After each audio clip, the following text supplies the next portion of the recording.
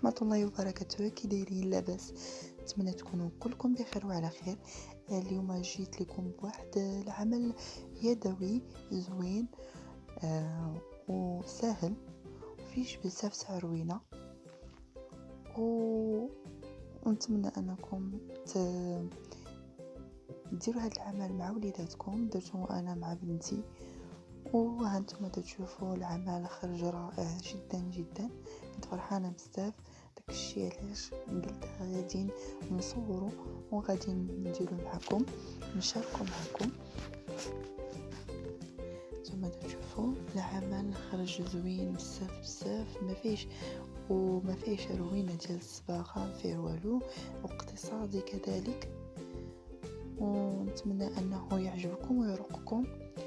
تخليوا لي تعليقاتكم الزوينه بزاف اللي ديما تحفزني، وشي لايك زوين واللي ما عمرو اللي ما كانش معايا ابوني تابونا معايا، زر تحتاني الاحمر، كذلك انه يفعل الجرس باش يوصلوا الجديد. غادي نخليكم دابا مع المسائل اللي استعملنا اوراق لاصقه تدير شي 5 دراهم، كوتور ومسطره ومقاس، ويوهي تدير شي 3 دراهم، كرتون فابور معلوم الحمد. قطعنا الكرتونات على هذا الشكل، كل ضلع فيه 10 سنتيمتر والقاعده فيها 20. خدينا كرتونه فيها 20 سنتيمتر في القاعده وقطعناها على هذا الشكل، هي فيها شي 23 تقريبا. قطعناها بحال هكا وقطعناها نص تقطيعه، ماشي تقطيعه كامله، باش ملي نبغيو نطويو طوى لينا بحال هكا. وقطعنا في الجوانب كامله. احتاجنا المستطيل الكبير، المهم ما عبرتوش، ولكن نتوما غتاخذوا على حساب الكرتونه اللي عندكم. خدينا كذلك واحد المستطيل تقريبا فيه 40 سنتيمتر، وكل 10 سنتيمتر قطعنا كل 10 سنتيمتر. ودابا خدينا هاد الكرتونه لصقناها، اللي قطعناها هذيك نص التقطيعه اللي وريتكم في الاول، لصقناها بحال هذه الكيفيه، بحال شكل بواطه او كرتونه كما تنقولوا. لصقناها من الجوانب ديالها كاملين بساقه بيبي باش يعطينا شكل مربع، باش نحطوه كقاعده على الدار اللي بينا نديرو. بحال هكا لصقنا الجوانب كاملين وعطاتنا بحال هذا الشكل. بنتي اللي تتلصق غادي نلصقو شويه ثقيله في العمل، عرفتوها من الدراري الصغار يكون شويه ثقيل في العمل، ولكن حبيت انني نسرع لكم شويه الفيديو. المهم غادي نحطوه بحال هاد الطريقه فوق البلون دو طرافاي، المهم المكان تاع اللي بنا نحطو فوق منه، بنا نصايبو فيه الديكور ديالنا او العمل اليدوي ديالنا. لصقنا هذاك الضلع الاول ديال الدار باش يعطينا، باش يقاد لينا الفورمه ديال الدار.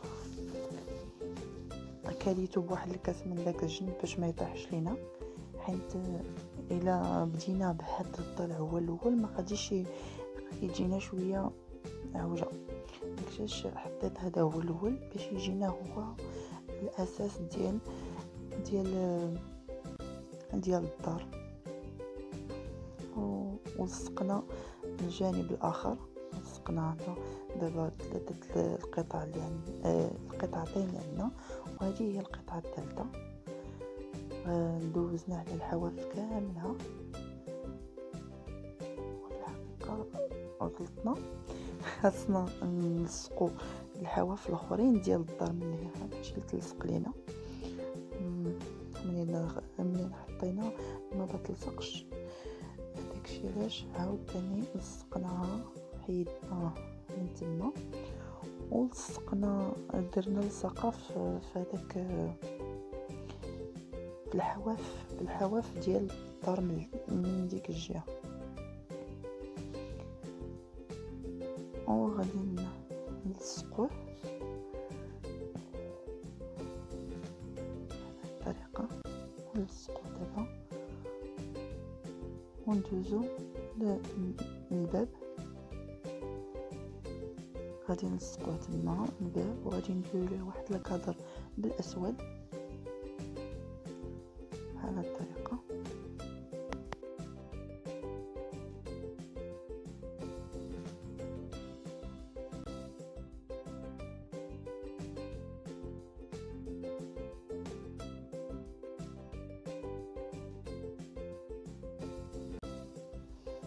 حطينا الكادر فوق الباب باش يعطينا داك الفوليوم، داك الايحاء ديال انه باب حقيقي.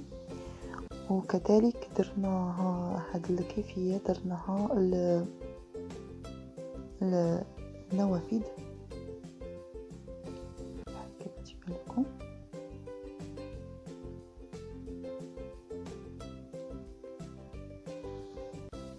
ودابا وصلنا مرحله الديكور. الا كان عندكم شجيرات بحال اللي قلت يكونوا في الالعاب نقدروا نستعملوهم. و خدينا هذاك الاوراق الملونه غادي نلصقوهم بحال شكل كازو. قطعنا واحد القنت ممواج باش يعطينا ايحاء ديال انه باساج او طريق للدار، وغنلصقوهم بحال هاد الطريقه. كذلك غادي نلصقو هذاك واحد الطرف فوق الدار باش يعطينا داك الشكل ديال شكل قرموط. غادي نلصقوه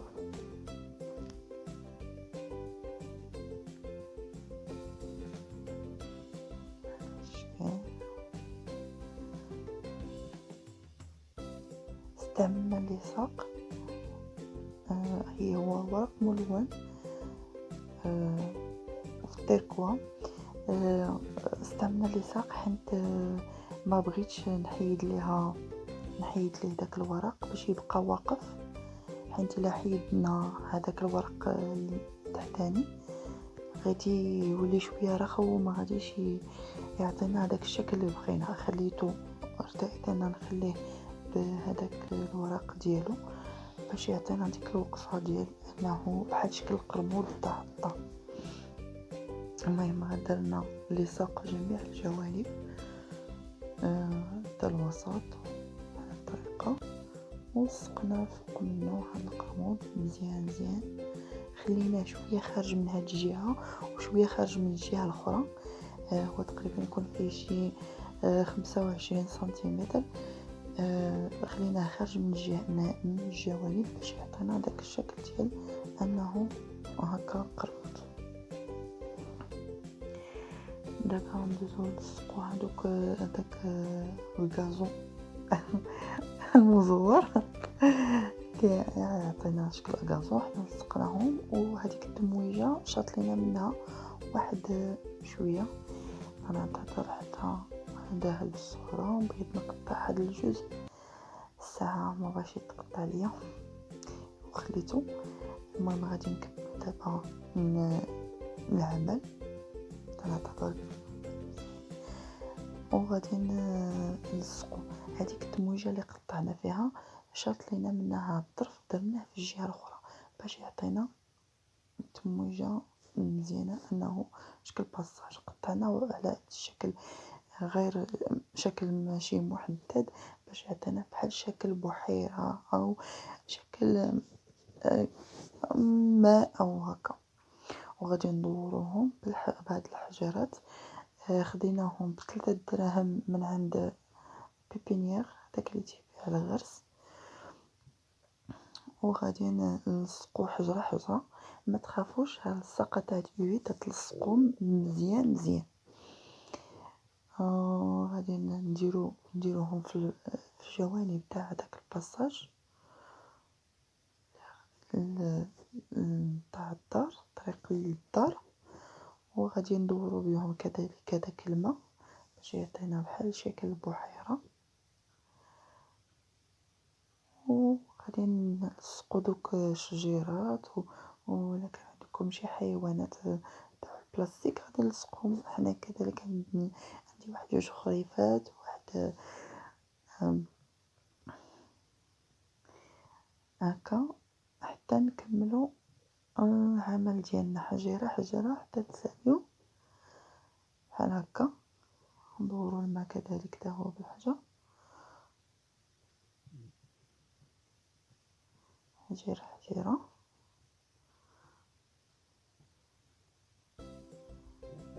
كنساليو وها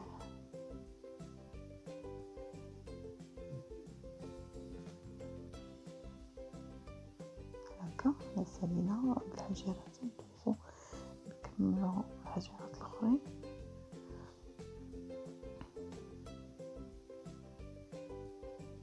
باش نسالو العمل درنا نقيطات فوق من هذاك الورق باش مبقاوش كل ساعه نحطو وراه تيلصق مزيان تتلصق واحد الطريقه هائله بلا ما تحتاجوا لا بيستولي ولا والو. انا كنت غادي ناخذ بيستولي ولكن طاحت عليا فكره ديال تيوهي انها تتلصق مزيان. خدينا هاد لي باي غادي نديرو به بحال شكل سياج الجهه الاخرى. هاد الجهه درنا فيها حجرات، الجهه الاخرى غادي نديرو فيها واحد السياج غادي نقطعوه وغادي نقطعوه بحال هاد الشكل وغادي نقطعوه من الوسط وندوزو منه هذيك الباي غادي نلصقوها في البليصه هنايا باش يعطينا بحال شكل زريبه او باش يحبس لينا الانجاز ديالنا. هنا درنا هاد اللعبه زعما لصقناها من تحت زعما انها مول الدار خرج من الدار باش يحلنا ان داك باب. وحطينا واحد المراه هز واحد القليله زعما راه بتسقي من داك الماء. خدينا هاد النعيجات وخدينا هاد الكليب انه يحرس الدار. حطينا هذوك النخيلات في الحقيقه انا هادو خديتهم غير من السوق اللي تيبيع هذاك الشيء القديم. خديتهم كاملهم تقريبا هاد اللعيبات خديتهم بشي 160 ريال كاملهم تقريبا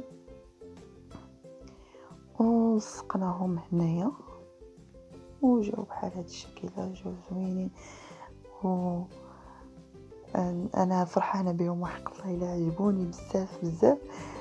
الا عجبوكم نتوما عافاكم لما خليو لنا الابتسامات ديالكم وتنشجعكم كذلك انكم ديروا هذه الاعمال اليدويه مع وليداتكم بخصوص انه هذا العمل اليدوي ما فيش روينه ما فيش بزاف د الحوايج انه ما كاينش الصباغه اللي غادي ترون لينا اقتصادي من با تقريبا طاح عليا كلشي تقريبا نقول شي 20 درهم. واخا الاوراق عندي منين بداو استغليتهم انا حسبت لكم طب الاوراق ولكن حسبتهم معهم وهاد الاوراق راه تيشطوا منهم. الا شطوا لكم شي بعض الطريفات تخليهم تقدروا تستعملوهم في اشياء اخرى. وتنشكركم بزاف نتمنى ان وراقكم عجبكم. خليوا لي عافاكم تعليقاتكم الى عجبكم كذلك حتى لما عجبكمش خليوا لي تعليقات وكذلك لايكات واللي ما تابوناش تابونا معايا. ولا عجبكم هذا الشكل ديال المحتوى الجديد المهم انا خطر غادي نديرو ولكن اللي عجبكم بحال هكا نقدر نواصل في هذه المساله. وتنشكركم بزاف تهلاو ليا في ريوسكم وبسلامه عليكم. شكرا بزاف بسلامه.